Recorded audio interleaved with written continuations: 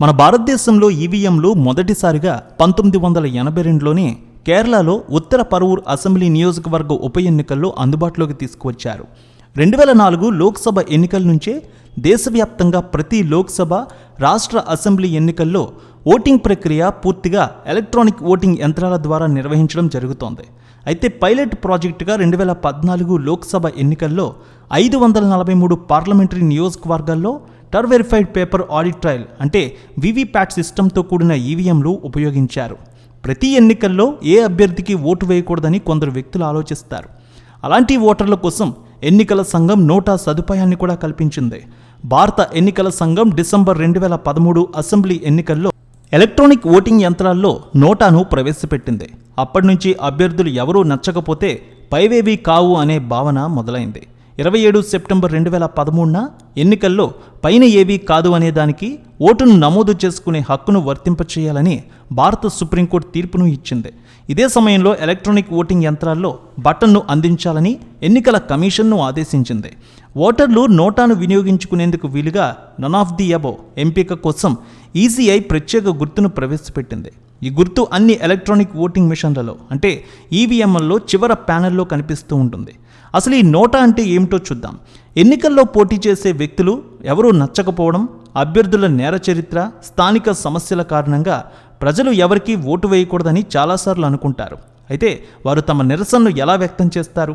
అందుకే ఎన్నికల సంఘం ఓటింగ్ విధానంలో ఒక విధానాన్ని అభివృద్ధి చేసింది. తద్వారా అభ్యర్థులందరినీ తిరస్కరించే హక్కును ప్రజలు పొందారు. అదే నోటా. నోటా ఎన్నికల్లో నిలబడిన అభ్యర్థుల్లో ఎవరికీ ఓటు వేయకుండా ఉండే హక్కు నియోజకవర్గ ఓటర్లకు కల్పిస్తోంది. అంటే అభ్యర్థులందరినీ తిరస్కరించడానికి నోటా ప్రజలకు ఒక ఎంపికని ఇస్తోందనే చెప్పాలి.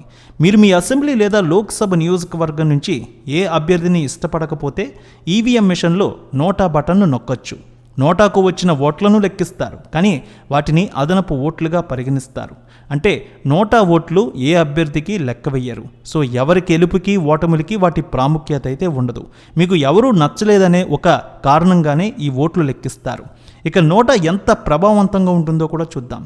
100 ఓట్లలో 99 నోటాకు పడి ఒక ఓటు అభ్యర్థికి పడితే ఆ అభ్యర్థి విజేతగా పరిగణిస్తారు. ఇది ఖచ్చితంగా గుర్తుంచుకోవాలి. 100 ఓట్లు ఉంటే అందులో 99 నోటాకి పడితే ఒక అభ్యర్థికి ఒక ఓటు వస్తే ఆ ఎన్నికల్లో ఆ అభ్యర్థి విజేతగా పరిగణిస్తారు. మిగిలిన 99 ఓట్లు కూడా చెల్లనివిగా ప్రకటిస్తారు.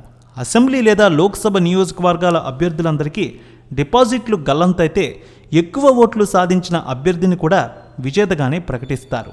అభ్యర్థులందరికంటే నోటాకి ఎక్కువ ఓట్లు రావడం చాలాసార్లు కనిపించింది. గుజరాత్ అసెంబ్లీ ఎన్నికల్లో కాంగ్రెస్, బీజేపీ మినహా మరే ఇతర పార్టీల ఓట్ల కంటే నోటాకు పోలైన ఓట్ల సంఖ్య ఎక్కువ. ఇటీవల జరిగిన గుజరాత్ అసెంబ్లీ ఎన్నికల్లో కూడా 5.5 లక్షలకు పైగా 1.8% మంది ఓటర్లు నోటాకి ఓటు వేశారు. చాలా అసెంబ్లీ నియోజకవర్గాల్లో నోటా ఓట్ల కంటే తక్కువ తేడాతో విజయం సాధించారు అభ్యర్థులు. ఇక బ్యాలెట్లో నోటా కూడా అభ్యర్థిగా పరిగణించడం జరుగుతుందనేది తెలుసుకోవాలి.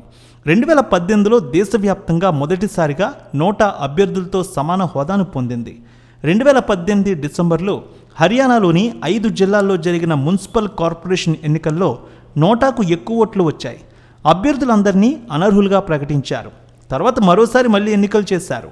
అభ్యర్థులను ఎంపిక చేయాలని హర్యానా ఎన్నికల సంఘం నిర్ణయించింది. అయితే మళ్ళీ ఎన్నికల్లో నోటాకు అత్యధిక ఓట్లు వచ్చాయి. కానీ 2వ స్థానంలో నిలిచిన అభ్యర్థిని విజేతగా ప్రకటించారు అక్కడ.